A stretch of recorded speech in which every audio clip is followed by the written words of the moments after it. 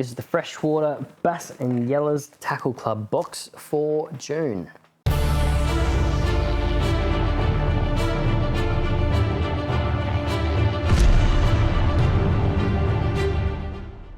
Those temperatures have dropped. It's now winter. I hate winter, but the bass fishing, especially in impoundments, can be really, really good. The fish are starting to school up. There's nice thick balls of feeding bass and yellas out there. We've got the perfect lures to fish this.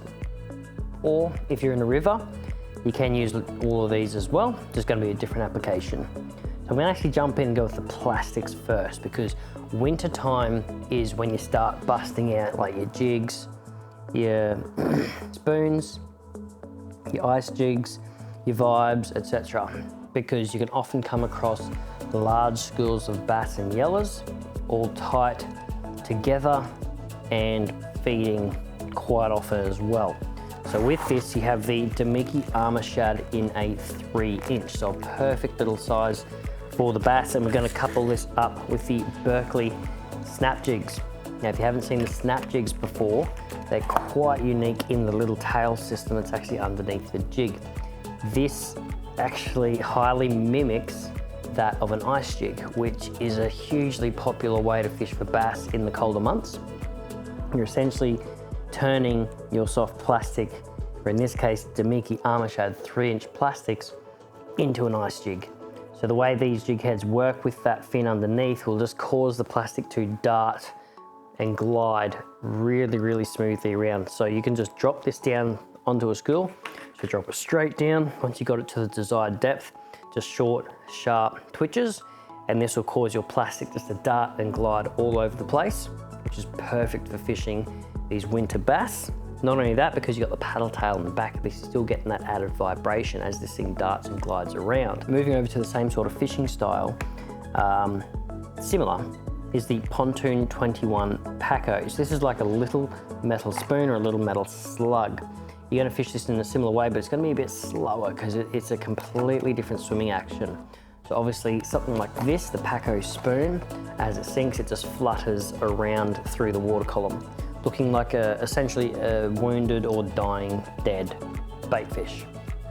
Bony brim in particular is a very popular one in our Australian dams that bass often feed on, and this thing mimics that perfectly. So you can just drop it down, you can cast it out, let it sink down, or just drop it straight down onto the school. This thing will just flutter down. You just do short, sharp, or not even sharp, you just do short lifts of the rod, just nice and slow up and down. This will just cause the Paco spoon to lift through the water column and then flutter back down. Lift and flutter back down. Super easy to work.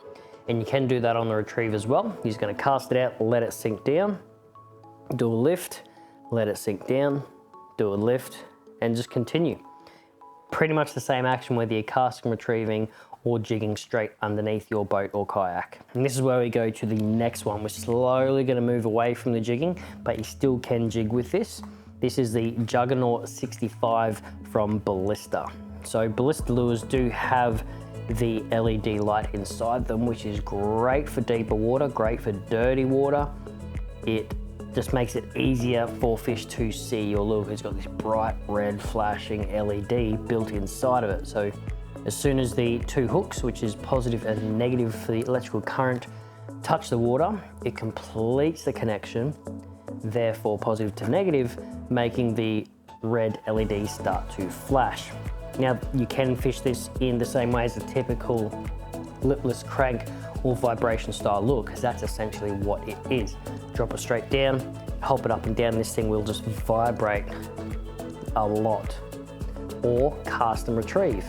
Slow roll back, slow to medium roll back, a few lifts, a few twitches. It's going to work exactly the same as any of the other lipless cranks that you've fished with previously, just with the added technology that Ballista has in their hard bodies. Not just for the dams though, I often do fish with these in the rivers as well, just probably more so for the open water or trolling behind my kayak if I'm going for a bit of a paddle. But if you are fishing a lot of structure in the colder waters on the edge of a dam or in a river, I'm going to jump over to the next one, which is one from Berkeley. So this is the Berkeley Pro Tech Twitcher in a 60 mil. This one here is the floating type, which is great for winter time. You're going to cast this out into your structure or where you've got a riverbed. I'm going to give it a few twitches just to get this thing to dive down, and then it'll just slowly float back up. And this is where I'll just twitch, twitch again. Twitch, twitch, float back up. Twitch, twitch, float back up. For those of you at home that have fish tanks and you may feed your fish live feeder fish, often you can see this, or even with dying fish as well. When they're on their way out, their swim bladder will go out, they'll try to swim down and they'll just keep floating back to the surface. They'll swim back down and they'll just keep floating back to the surface. This is essentially what you're mimicking with a floating hard body. So it is a wounded bait fish, their swim bladder is gone, and you're going to try and mimic exactly that to get the bite.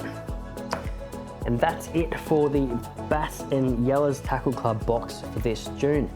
If you want to check it out or any of the others in the range, just head to www.tackleclub.com.au, pick a box that's right for you, and welcome to the club.